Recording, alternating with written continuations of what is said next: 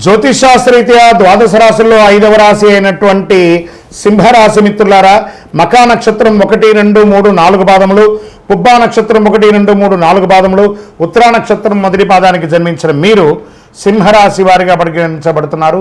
ఈ నెల మీకు శుభాశుభ ఫలితాలు ఎలా ఉన్నాయంటే, ఈ నెల మీకు చాలా విధాలుగా అనుకూలం ఉంటుందండి.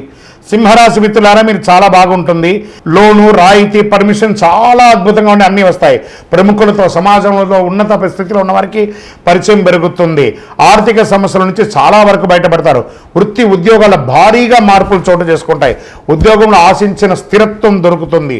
నిరుద్యోగాలకు ప్రయత్నాలన్నీ కూడా ఫలిస్తాయి. వ్యాపారంలో కొత్త పంతులు దొక్కుతారు. ఆహా, ఇది కదా సమయం అని అనుకుంటారు. శని భగవానుడు వచ్చినా ఆయన మనల్ని ట్యూన్ చేస్తున్నాడని, మిగతా గ్రహాలన్నీ అనుకూలంగా ఉన్నాయి కదా, కృతజ్ఞత చెప్తాం. పేరు బదులు కొత్త వ్యాపారపరమైన సబ్సిడీ, ప్రభుత్వ రంగం నుంచి రావాల్సిన అన్ని రాయితీలు పొందుతారు. వివాహం జరగని వారికి వివాహం వచ్చే అవకాశాలు, విడిపోయిన భార్య భర్తలు కలుస్తారు. H1 వీసా కోసం ప్రయత్నం చేస్తే వాళ్ళైతే మీకు అన్నీ వస్తాయి. అసాంఘిక కార్యక్రమాలకి దూరంగా ఉండండి.